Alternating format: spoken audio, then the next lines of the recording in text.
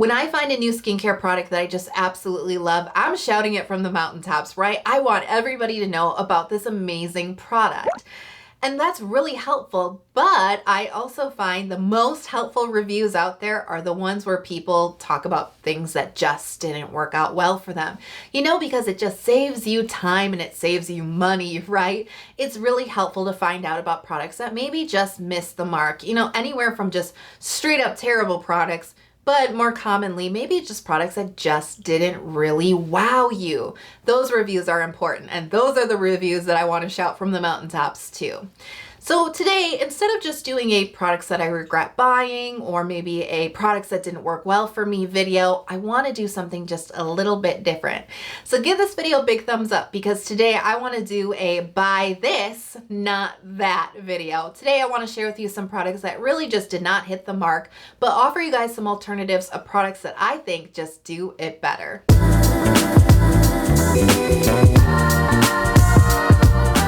Coming hot off the heels of last week's video about things brands do that annoy me, you can definitely agree that the I'm from Ginseng eye cream did not come out of that video unscathed.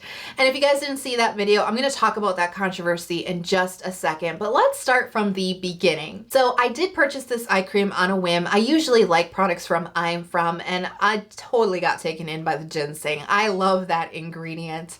And this eye cream, I haven't talked about it much here on this channel, but you might have seen it a little bit on my Instagram stories where I share my skincare routines, and I have reported that I enjoyed using this, and I do enjoy using this, but I must admit that this eye cream is just okay.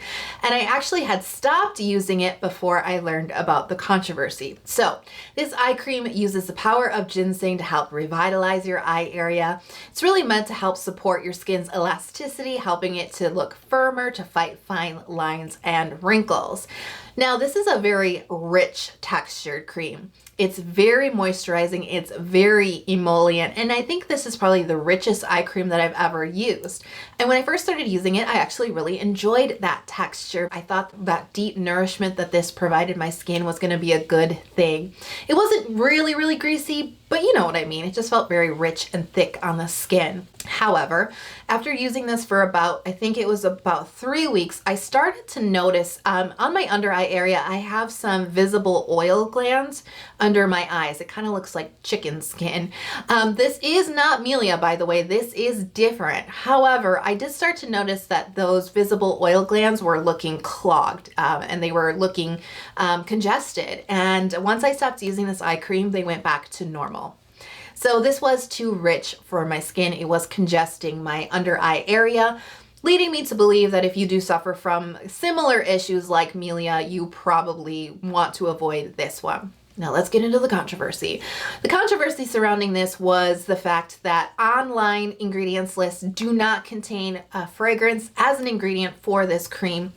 However, it does contain fragrance. So there was like a big error in a lot of online listings. Check out the video if you want to learn about it, but it does contain fragrance. So along with it being too rich and clogging my under eye area, plus the fragrance, this eye cream really didn't deliver a ton of benefits either. I did use it for a short time, let's be clear, but it didn't deliver a ton of benefits. And obviously we've got fragrance in here that could potentially be irritating. Plus we've got, you know, pore clogging ingredients. So this was just a no-go for me. So I suggest that you try this Benton Fermentation eye cream, not that I'm from Ginseng eye cream.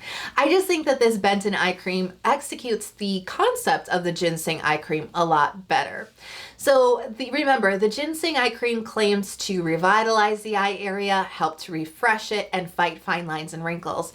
And the Benton actually claims pretty much the same thing, but it's doing it, in my opinion, in a far more compelling way, ingredients-wise. So as the name suggests, there are 2 fermented ingredients in here, and that's really going to help with revitalizing and refreshing the look of your tired eyes, right? It's going to help with brightness. This also contains an EGF peptide. This is so good to support your collagen structure and fight fine lines.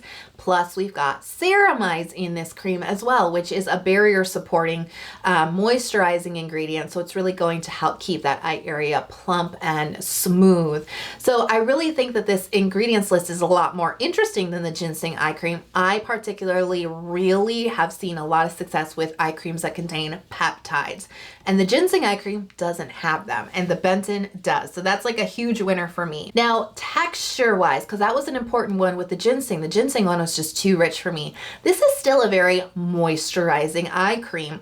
And had I not tried the ginseng eye cream, I'd probably say that the Benton is the most moisturizing eye cream that I've used to date.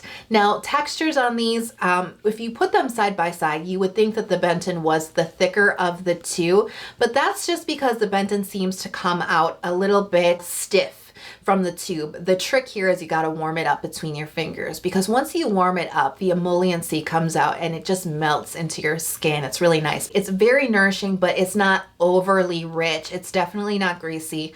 Works well with makeup, and this one did not make my under eyes congested. So this was definitely a big bonus for me. Plus, this is totally fragrance free, essential oil free, it's alcohol free. It's got a great ingredients list, and I have to say, I found that there were a little bit more immediate results using this one. Better results, you know, I definitely feel like this keeps my eye area looking awake and well rested.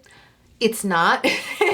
It's neither of those two words. It's very tired recently, but this eye cream is definitely keeping that really haggard look from my eye area, which I really appreciate. Plus, it's really moisturizing. It's keeping that eye area smooth and plump. So I've been far more impressed with this one. They retail for about the same. I'm from full retail is like $31. Full retail for Benton is like $27. And I just think that this one just does it better. So longtime viewers out there may be surprised to see the Snail and Azulene water essence from Tiam on this list. I actually did enjoy using this product. It's not a bad product by any means. It hasn't done anything bad to my skin, right? It's not like on the naughty list. But when it comes to Snail products, just the category of all the products out there with Snail in them, to me, when you rank it against other Snail ones out there, it just really, you know, it just doesn't rank super high. I just feel like there's other ones out there that do it better. So let's talk about this product from Tiam. This contains 87% of snail mucin, which is a really good amount of snail. I mean, there's so many snail products out there that have very little snail. And this is, I mean, you're getting your snail's worth for this one, right? Like, you're getting snail in this product, and that's great. This also features guanidine, which is puts the Azulene in snail and Azulene name, right? So guanidine as well as chamomile essential oil. So gotta watch out for that one if you are avoiding essential oils in your skincare routine. Now, there were a few things about this product. As much as I felt like this was a nicely balancing product, it's hydrating and moisturizing at the same time. It does add some nourishment to the skin. It does add comfort to the skin. There were a few things about this that really stood out about it that weren't my favorite. Let's put it that way. So this smells like a cough drop. It smells really medicinal. It's really hard for me to describe this very accurately, but it really is reminiscent to me of cough syrup or a cough drop. It's just a really bizarre smell to get from a skincare product. And I'm pretty sure that it's that chamomile essential oil. It's not like the worst thing in the world, but it is a little off-putting for me personally.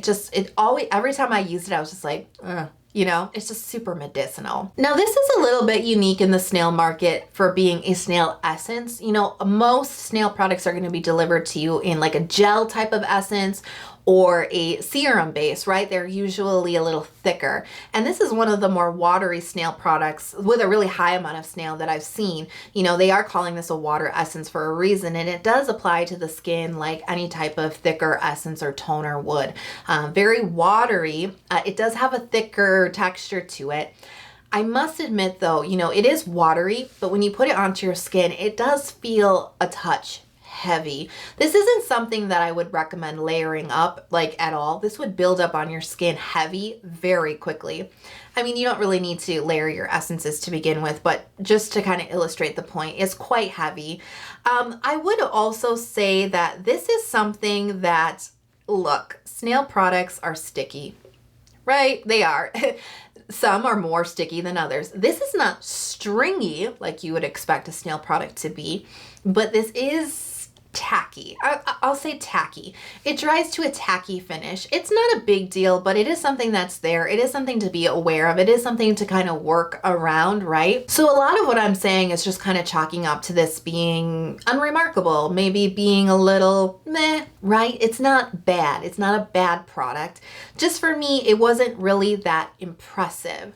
So I would suggest that you buy this Benton Snail Bee High Content Essence or this Cosrx Snail 96 Mucin Power Essence, not that Tiam Snail and Azulene Water Essence. So the reason why I picked two is because this Benton and this Cosrx Essence in my mind are the very best snail products on the market still today. These really, in my mind, are the top. And I have a really hard time saying one is better than the other because these are both really remarkable products in my book. Now, there are a few differences between these two products, though, that I think might be beneficial for you to know about if you're trying to decide between one of them. So let's talk about the texture first. Cosrx and Benton actually both do come out as more of a thicker gel. These are not applied like in a more traditional watery essence kind of application. These are more gel-like in consistency. Cosrx being the thicker between the Benton and Cosrx, this Cosrx is a thicker gel. Now, this is a little bit stringy. If you move this between your two fingers and kind of pull them apart, you get that mozzarella cheese effect, right? It is a little stringy, but that being said, it does apply to the skin quite nicely. It spreads easily and it absorbs in the skin really well. There might be a touch of tackiness to this one. I do personally feel the Tiam is a lot tackier than the Cosrx is, but you might register a little bit of tack on your skin, but not super bothersome. Now the Benton is still a gel texture, but it is much thinner and waterier than the Cosrx is. If you move the Benton between your two fingers, you will not get the mozzarella cheese effect. It is not stringy. And I would also say that the Benton between Benton and Cosrx, Benton really doesn't have much tack or stickiness once it's dried into the skin. As far as snail percentages go, Cosrx does contain 96% snail and Benton contains 90, so both are actually slightly higher than the Tiam. Now the Benton does have some other additional ingredients that actually make this a little bit better suited for, in my mind, oily skin, acne-prone skin, and also people who have a more dull complexion and are looking for some brightness. The Benton does contain bee venom, that is the snail bee. B is the bee venom in this line, as well as a good amount of niacinamide. We've got some really great anti-inflammation and anti-redness ingredients in the Benton. Plus, it is a much thinner and more hydrating feel on the skin. So I think that, like I said, acne prone, I think that if you are looking for like a brightening effect from your snail, you're gonna really like this better than the Cosrx. Now, Cosrx is really 96% snail is a lot. There's not a ton of room for other ingredients. The other ones in here, we've just got some soothers. I think there's some panthenol in here, some hyaluronic acid, but that's about it. This is really more geared towards hydrating the skin and just delivering a lot of snail into your skin. This would actually be a really good choice for those with more dry skin, people with dehydration. This would also be a really good choice if you have sensitive skin because there's some soothing ingredients in here. Those are really the two differences between these, and I have a really hard time picking one over the other. These are, all three of these are in the same price range too, so it's pretty much a win-win. You're not spending more for the better snail products either. They all retail around $17. The Cosrx Light Fit Real Water Toner to Cream. This product has such an interesting concept behind it. This really promises to deliver the hydration of a toner while also saving you time and money while functioning as your nourishing moisturizer. Toner to cream. It feels hydrating when you put it on, but then it protects your skin with moisture. Yeah, I don't like this product. This is a massive dud in my book. I did not give this a good review at all. There's a couple of reasons why that would be. So number one, it says it's a toner and a cream. Number one, it's not hydrating enough for me. This definitely feels watery on the skin. When you move it across your skin, you can actually see it turn into water droplets. In real theory, this is a water drop cream, right? So it does turn to water on your skin, but it doesn't really deeply replenish your skin with hydration, right? It just doesn't dive deep enough, in my opinion, to really satisfy skin. I also found that this doesn't function very well as a moisturizer. It's really not super nourishing on the skin. I found the texture of this once it's dried to be kind of silicone-y. It kind of just sits sort of on top of your skin, but it doesn't have that ability to really deeply nourish or comfort the skin with moisture. So for me, this actually didn't function either way very well, and it was a difficult one to fit into my routine because of that like sits on top of the skin sort of texture. This also contains bergamot essential oil, so I mean obviously that's like a no-go for me ingredients wise. I love the concept of this. This product, just reading about it was so exciting. It's really just like a bad execution of a good product idea. So interestingly enough, earlier in the summer of this year, I was researching a different product for review, and I always like to look up the claims of a product just to see if it kind of like met those claims. And this product was claiming to deliver the deep hydration of a toner with the nourishment of a cream. Wait a second, that sounds like the Cosrx toner to cream, doesn't it? No, it is not the Cosrx toner to cream, and this product got a rave review from me. So try this Laneige Cream Skin Refiner, not this Cosrx toner to cream. Yes, this Cream Skin Refiner makes another appearance. You know I love this stuff. But when it comes to that concept of a toner and a moisturizer in one product, saving you time and money, this Laneige actually delivers on the claim. So I do find this to be a hydrating product. It does deliver to your skin like a really watery toner or an essence, where the Cosrx is more of a cream type of texture. So this is already very watery and a little bit more easily absorbed by the skin. This for sure does function with a moisturizing benefit to it. It has nourishment to it. Now with my kind of like combo dry skin, dehydrated skin, for me, Laneige Cream Skin Refiner does not replace moisturizer, but Laneige Cream Skin Refiner has replaced other products in my skincare routine. Naturally, I have found myself doing less steps because cream skin stands in for quite a few different nourishing steps for me. So in that concept alone, it really did function for me. I just really feel like this executed that concept better. Plus, this is totally fragrance free. I mean, no artificial fragrance, no essential oils, no alcohol. It's really good for sensitive skin.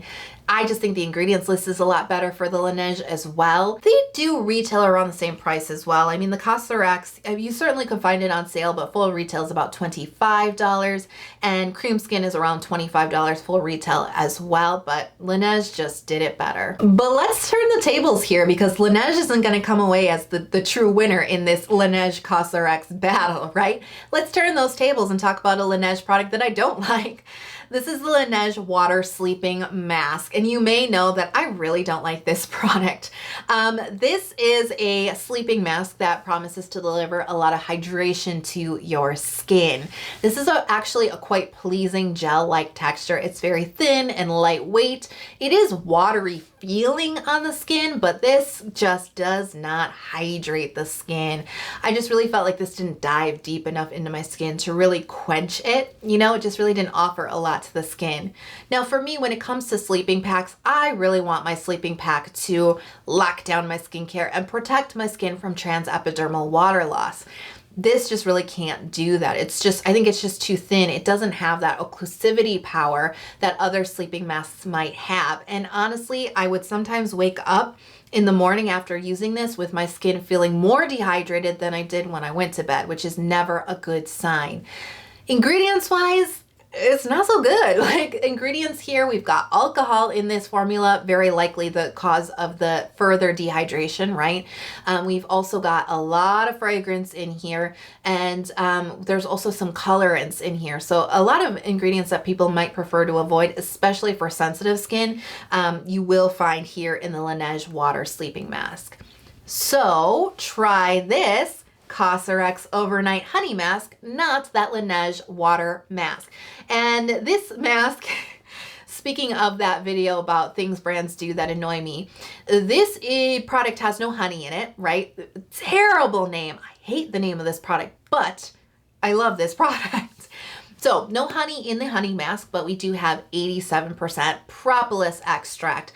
Propolis is fabulous for the skin. It's a very balancing ingredient between oil and water. It's hydrating and moisturizing at the same time. It's also a great ingredient for anti-inflammation, for skin calming. It's fabulous if you have acne. It will reduce redness on your skin, and it might help give your skin a little bit of a healthy glow. Now, this also has a gel texture to it, similar to the Laneige, but if you put these side by side with each other, I think we can all see that the Cosrx is a thicker gel texture in comparison. But that being said, I would never categorize this Cosrx mask as heavy or thick. And in fact, you know, this is the one that I reach for a lot in the summertime. And this is a sleeping mask that I reach for when I feel like, you know, I want to do a sleeping mask, but I also just don't want another heavy layer on my skin, right? I love to layer up my skincare, and sometimes it can feel like a little bit too much to do a sleeping mask on top of the layers that I do. But this Cosrx never overloads my skin. It never suffocates my skin. It never feels heavy or unbearable, right? Nor does it feel greasy. This also dries really quickly too, so you're not going to get your hair stuck to your face, which I absolutely hate. This is just a really great minimal ingredients list, fragrance-free, alcohol-free, essential oil-free. It's actually quite a minimal list, great for sensitive skin, and it just really does the job. You know, this protects my skin overnight from transepidermal water loss. I don't feel dehydrated in the morning, and in fact, I feel very hydrated and plump in the morning from using this. This just does what it's supposed to do. Plus, it's cheap. I mean, this is $14 for this tube, and the Laneige is like $20 or $25, and I just think in this sleeping mask battle, Cosrx just definitely wins out in my opinion. So Cosrx and Laneige are 1-for-1 with each other. There's no clear winner brand-wise, but between the two products, I mean, I think we know which ones are better. So now it's your turn to share with me a product that just really didn't impress you and maybe a really good dupe or alternative. Let me know in the comment box below. If you love K-Beauty, you're absolutely obsessed just like I am, K-Beauty addict, but you haven't subscribed to my channel yet, please consider subscribing. I release 2 new Korean skincare focused videos every single week, and do not forget to turn on those notifications so you don't miss the new video. I hope you guys are having a fantastic day. I really cannot wait to see you in the new video, and I'll talk to you soon. Bye.